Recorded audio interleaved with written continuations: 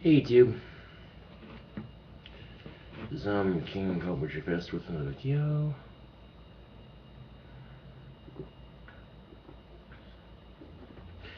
Just enjoying some nice iced coffee in the afternoon.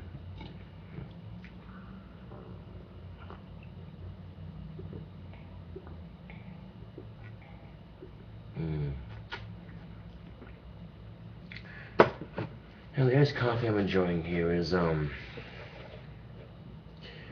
look for it, it's delicious.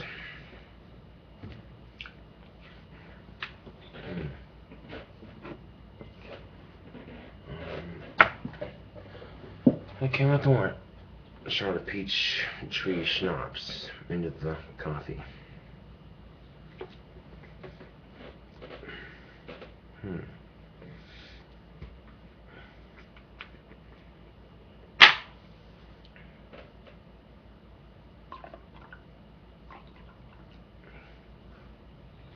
Yeah.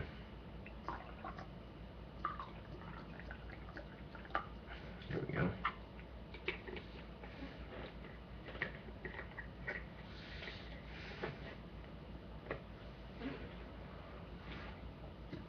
Let's see how she tastes. Oh, I don't know how it's gonna taste. You're gonna fucking love it, you.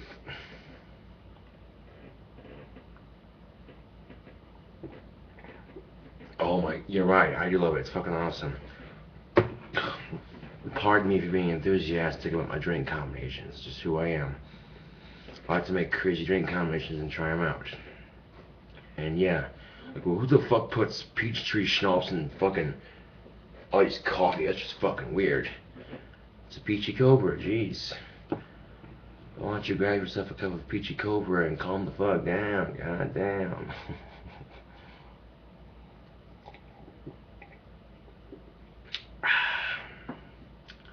Let me make sure I got enough slurping in that one. Hold on a second.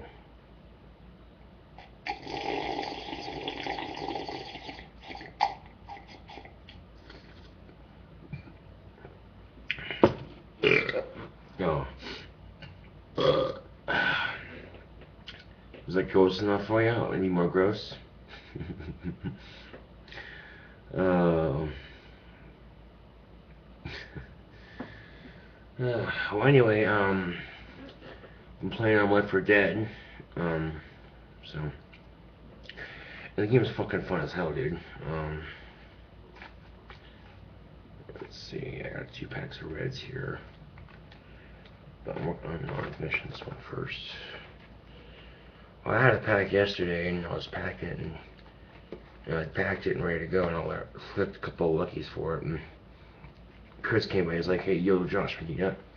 Pack cigarettes I can have. He gave me $5 for the one I had, he lost his ID, so he, I'm like, yeah, sure, man, no problem. So, he's old enough to have cigarettes and alcohol and stuff, you know, it's just, he doesn't look old enough, and people ID him, and, you know, people go, hell, I don't look old enough to be smoking and drinking, but people still ID me, you know what I'm saying? And it's cool because, you know, people don't ID me. It's like, well, in fact, when people at work find out I'm 21 years old, they go, really? Wow, you're young. Damn. Which means, one, there are people over the age of 21 where I work at Wendy's, or two, I don't look my age. It's because most 21-year-olds don't wear spikes and dress goth.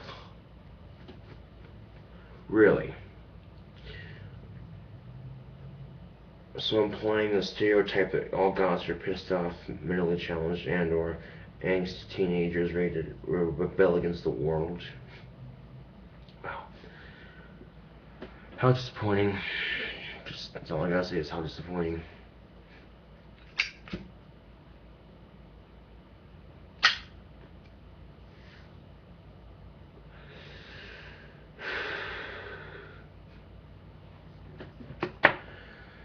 And to be quite honest with you, it is really just truly disappointing.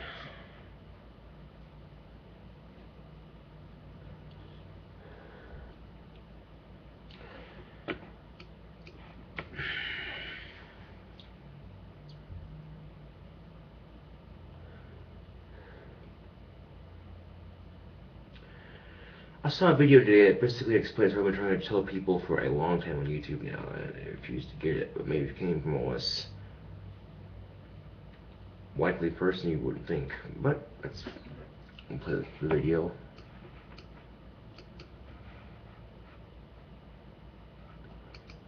Go to my likes. This is the story of your enslavement.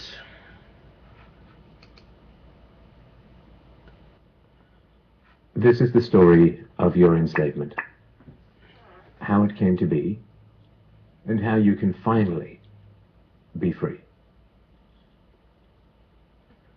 Like all animals, human beings want to dominate and exploit the resources around them. At first we mostly hunted and fished and ate off the land, but then something magical and terrible happened to our minds. We became, alone among the animals, afraid of death. I'm not. And of future loss. And this was the start of a great tragedy and an even greater possibility. You see, when we become afraid of death, of injury and imprisonment, we become controllable and so valuable in a way that no other resource could ever be. The greatest resource for any human being to control is not natural resources or tools or animals or land, but other human beings. You can frighten an animal because animals are afraid of pain in the moment, but you cannot frighten an animal with a loss of liberty, with torture or imprisonment in the future, because animals have very little sense of tomorrow. Actually, I can disagree with you on that, because if animals weren't afraid of tomorrow, they wouldn't be in the shelter, because of two of the dogs I have at my parents' house are rescue dogs, and one of them was severely abused and severely brain damaged from it, so it's just sad, it really is. But Chance is a good home now, so yeah.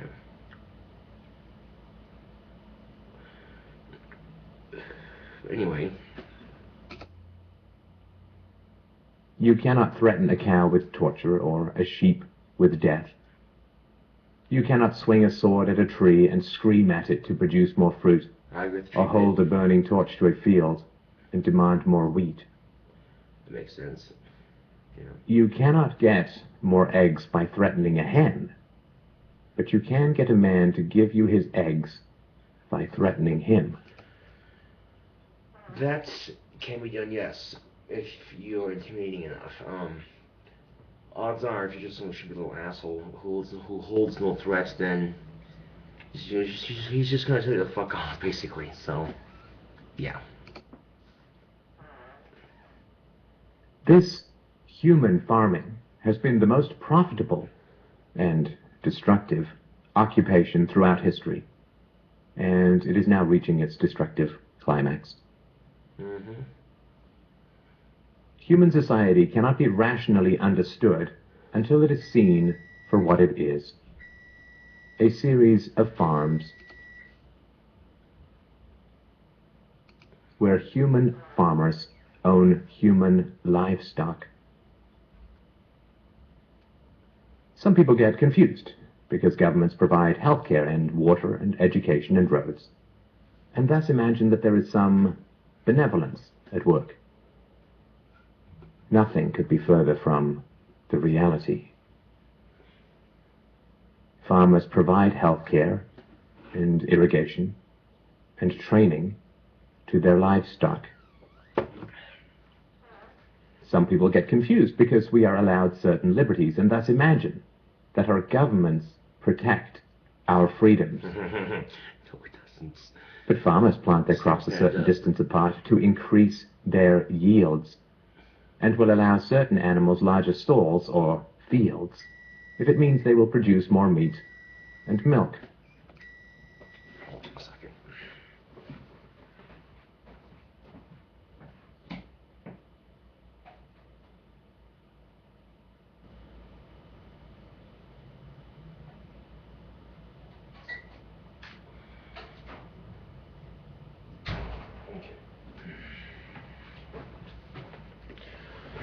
Don't want any more distractions for this video, do we? Nope. In your country, your tax farm, your farmer grants you certain freedoms, not because he cares about your liberties, but because he wants to increase his profits. Are you beginning to see the nature of the cage you were born into? Yeah. There have been 4 major phases of human farming. The first phase in ancient Egypt was direct and brutal human compulsion. Human bodies were controlled, but the creative productivity of the human mind remained beyond the reach of the whip and the brand and the shackles. Slaves remained woefully underproductive and required enormous resources to control. The second phase was the Roman model, wherein slaves were granted some capacity for freedom, ingenuity, and creativity, which raised their productivity. This increased the wealth of Rome, and thus the tax income of the Roman government, and with this additional wealth Rome became an empire, destroying the economic freedoms that fed its power, and collapsed. I'm sure that this does not seem entirely unfamiliar. After the collapse of Rome, the feudal model introduced the concept of livestock ownership and taxation. Instead of being directly owned, peasants farmed land that they could retain as long as they paid off the local warlords. This model eventually broke down due to the continual subdivision of productive land and was destroyed during the enclosure movement when land was consolidated and hundreds of thousands of peasants were kicked off their ancestral lands because new farming techniques made larger farms more productive with fewer people. The increased productivity of the later Middle Ages created the excess food required for the expansion of towns and cities, which in turn gave rise to the modern democratic model of human ownership. As displaced peasants flooded into the cities, a huge stock of cheap human capital became available to the rising industrialists. And the ruling class of human farmers quickly realized that they could make more money by letting their livestock choose their own occupations. Under the democratic model, direct slave ownership has been replaced by the mafia model. The mafia rarely owns businesses directly, but rather sends thugs around once a month to steal from the business owners.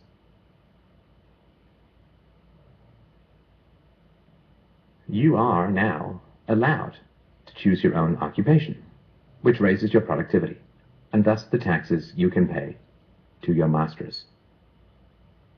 Value this time in your life, kids, because this is the time in your life when you still have your choices. And it goes by so fast. When you're a teenager, you think you can do anything, and you do. Your 20s are a blur. 30s, you raise your family, you make a little money, and you think to yourself, what happened to my 20s? 40s, you grow a little pot belly, you grow another chin. The music starts to get too loud. One of your old girlfriends from high school becomes a grandmother. 50s, you have a minor surgery. You'll call it a procedure, but it's a surgery. 60s, you'll have a major surgery. The music is still loud, but it doesn't matter because you can't hear it anyway. 70s, you and the wife retire to Fort Lauderdale. Start eating dinner at 2 o'clock in the afternoon. You have lunch around 10, breakfast the night before. Spend most of your time wandering around malls looking for the ultimate soft yogurt and muttering, how come the kids don't call? How come the kids don't call? The 80s, you'll have a major stroke.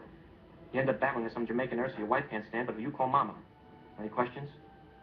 Your few freedoms are preserved because they are profitable to your owners. The great challenge of the democratic model is that increases in wealth and freedom threaten the farmers. The ruling classes initially profit from a relatively free market in capital and labor, but as their livestock become more used to their freedoms and to growing wealth, they begin to question why they need rulers at all. Well, nobody ever said that human farming was easy. Keeping the taxed livestock securely in the compounds of the ruling classes is a 3-phase process. The first is to indoctrinate the young through government, quote, education. As the wealth of democratic countries grew, government schools were universally inflicted in order to control the thoughts and souls of the livestock. The second phase is to turn citizens against each other through the creation of dependent livestock. It is very difficult to rule human beings directly through force, and where it can be achieved, it remains cripplingly underproductive, as can be seen in North Korea. Human beings do not breed well or produce efficiently in direct captivity. But if human beings believe that they are free, then they will produce much more for their farmers. The best way to maintain this illusion of freedom is to put some of the livestock on the payroll of the farmer. Those cows that become dependent on the existing hierarchy will then attack any other cows who point out the violence, hypocrisy, and immorality of human ownership. Officers positioned Grant face first on the floor with one officer near his head, a second near his back, and a third officer standing nearby. There appeared to be a brief struggle. Then, a 2-year veteran BART officer stands, draws his weapon, and fires.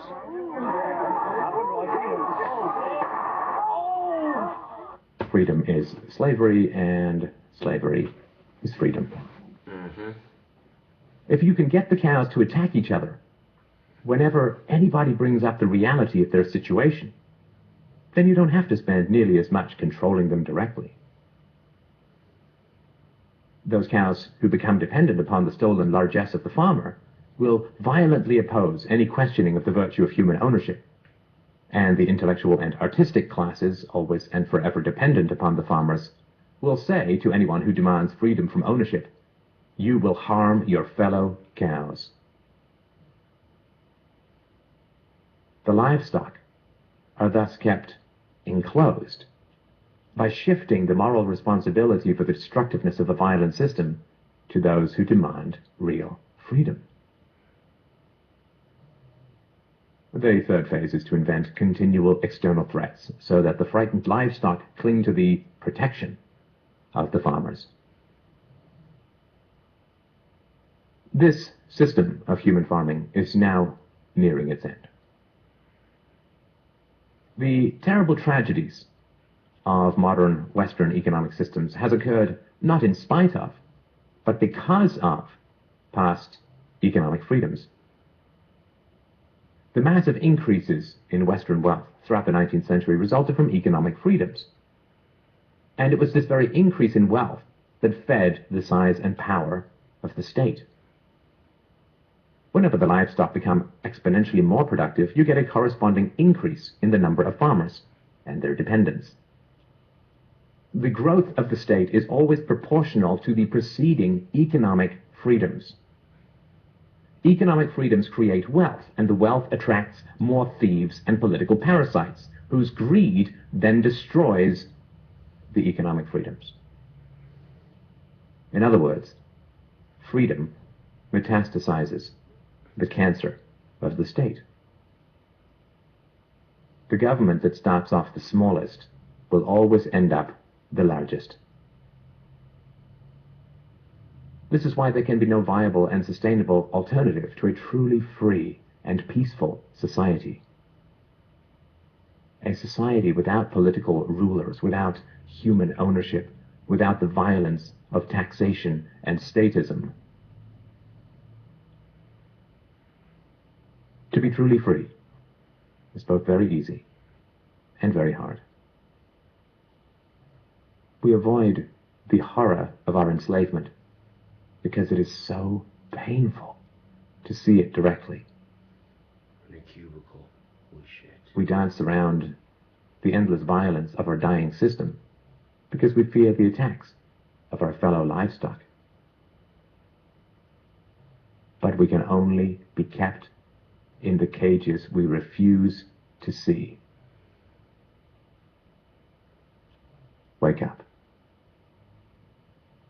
To see the farm is to leave it.